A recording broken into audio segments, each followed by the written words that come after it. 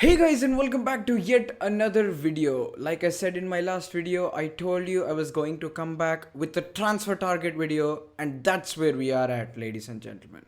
Don't get me wrong, this whole coronavirus narrative has blown everything out of proportion, and we have literally nothing to talk about. No sporting events, nothing, literally nothing to talk about. And also, this is also a very good subject to talk about, in my opinion, because we are looking towards the future. And since Real Madrid is now building a somewhat young squad, we have many young options available. This transfer target also takes that into consideration. We are talking about the defensive midfield position, ladies and gentlemen. And this is very, very important because of Casemiro being the only defensive midfielder, the proper only defensive midfielder in the team right now.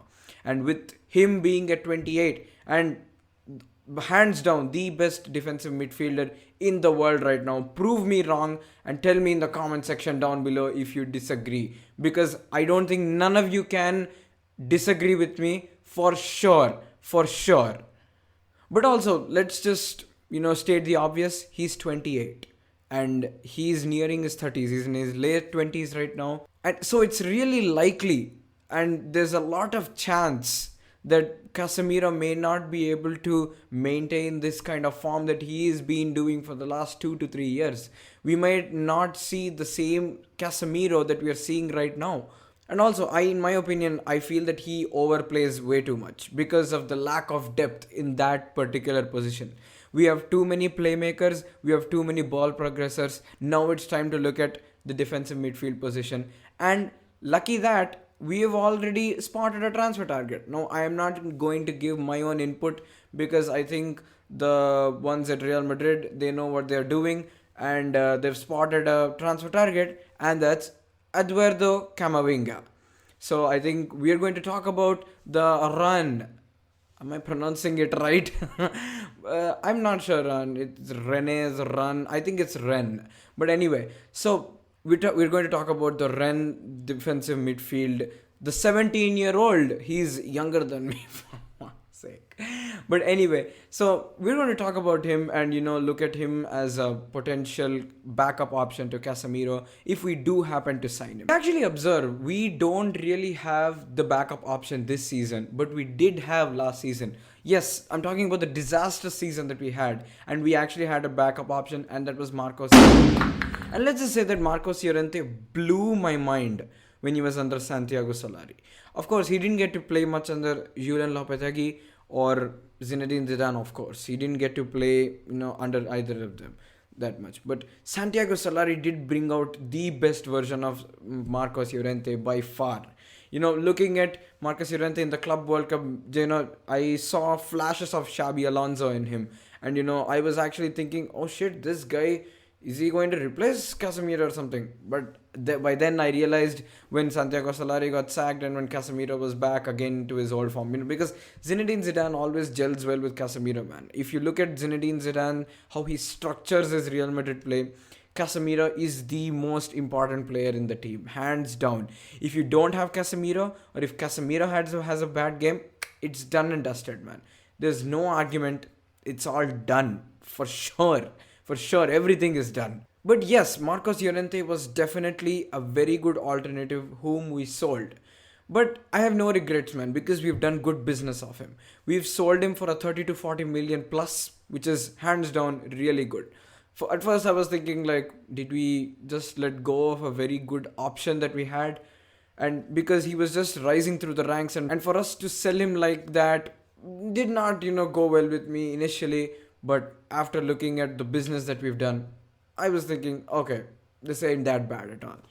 But let's talk about the 17-year-old Eduardo Camavinga. So in his current season for Rennes, according to the website called Transfer Market, he is right now the currently most valued defensive midfielder in the whole Ligue 1.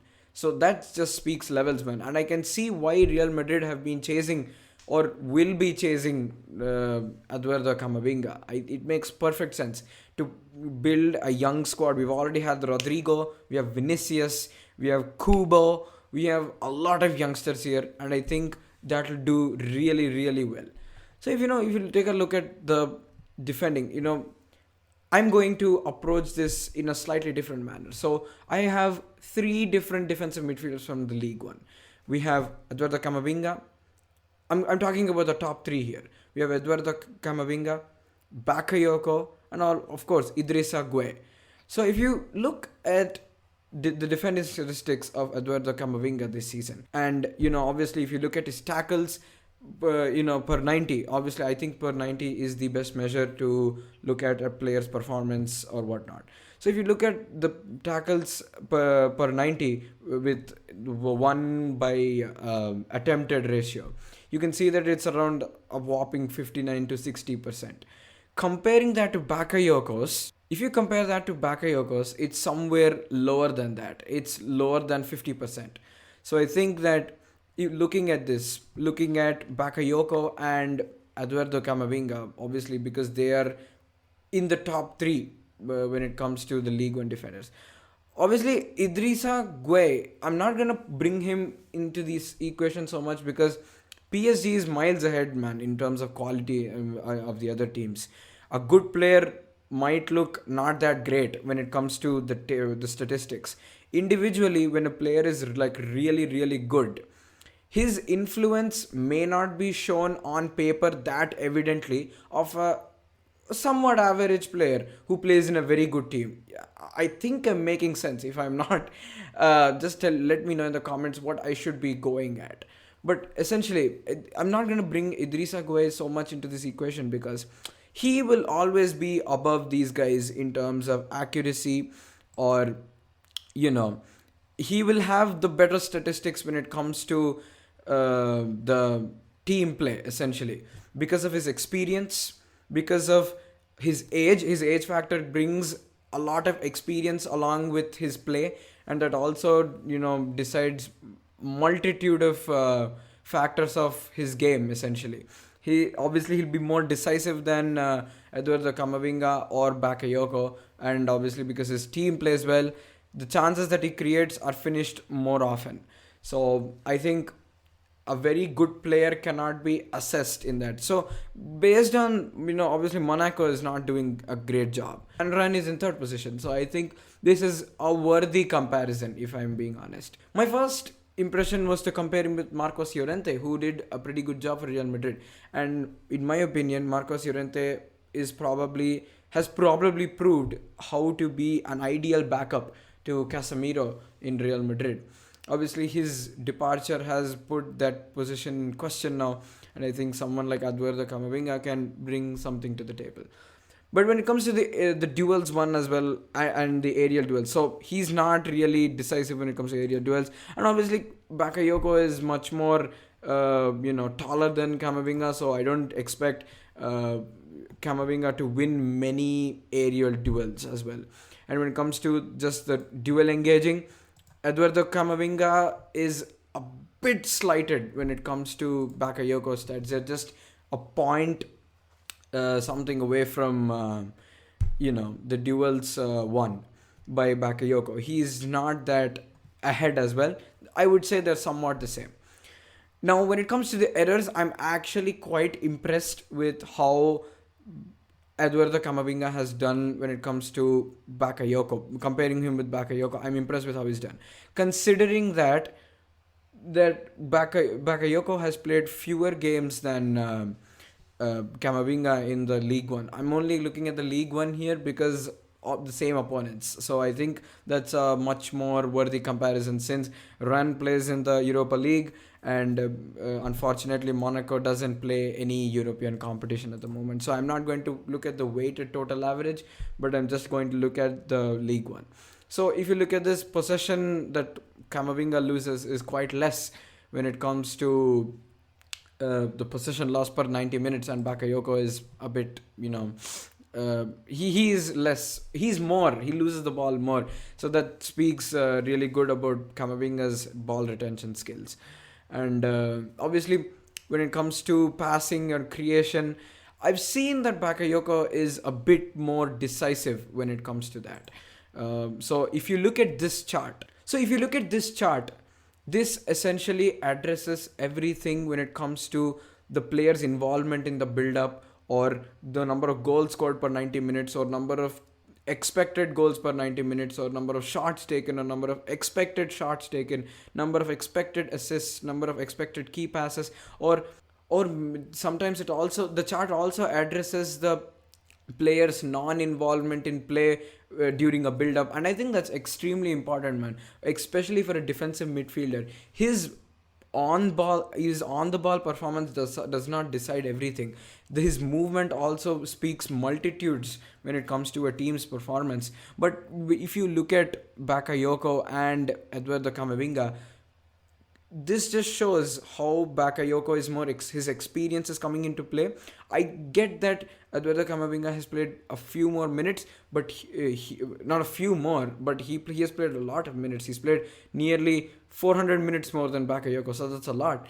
But if you look at the chart here, the radar chart, you can see that at every department, you can see Bakayoko just edging it almost everything, and that's actually quite reasonable as well, because you can see Bakayoko's experience coming into play here. He knows when to act, he knows when to be decisive, he knows when to be decisive in build up, and that's extremely important as a defensive midfielder.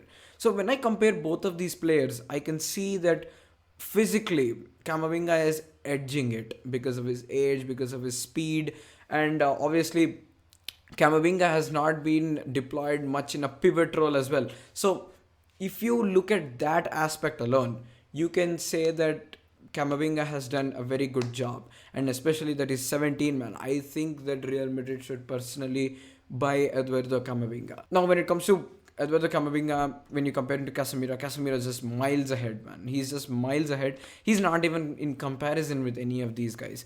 You probably Fabinho is now somewhere near Casemiro, and there's a comparison drawn there. But in my opinion, even Fabinho is not near Casemiro, man. Casemiro is just miles ahead of everyone else. He's doing bits. If you watch Real Madrid games, you know what I'm talking about. You know how important he is. And the Spanish league, the La Liga, is blessed when it comes to defensive midfielders. And if you watch the Spanish league quite closely, people understand why defensive midfielders are really important. And defensive midfielders play like it's a piece of art, man, in the La Liga. I don't think a defensive midfielder is given that much importance anywhere else. But, keeping that aside, should we sign Eduardo Camavinga? I think we should, given that he's only 17 and Real Madrid are doing a good job right now when it comes to building a team. We've got Rodrigo, we've got Kubo, we've got Vinicius, we've got bunch of young talents out there, and I'm extremely happy to see something like this that's developing in the club system.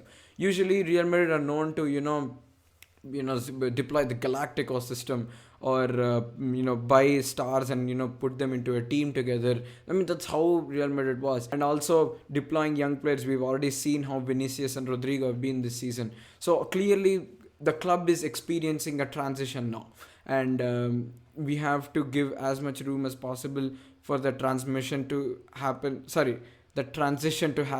quite smoothly. So in my opinion, yes, we should go for Eduardo Camavinga. And people talk about, does he have the Real Madrid mentality, or does he, gel with the Real Madrid blood, or is he, whatever? Will he be able to integrate into the club system?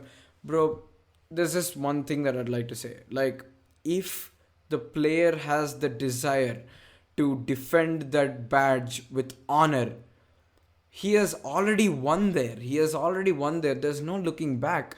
If you're going to be a Gareth Bale, no matter how skillful you are like Bale, now Bale is not even that great anymore, but if you behave like him, no matter how good you are, you just can't play. You just can't be on that field. No matter how hard you try to put up a good performance, when you go onto that pitch, you have to defend that badge with honor. And if Eduardo Camavinga can do that, if he thinks Real Madrid comes above everything in his life, he will do it hands down, man. He will be a very ideal backup option to Casemiro, considering that Casemiro is now 28 and he's exactly 10 years younger. I think this would be a really ideal signing. Can we talk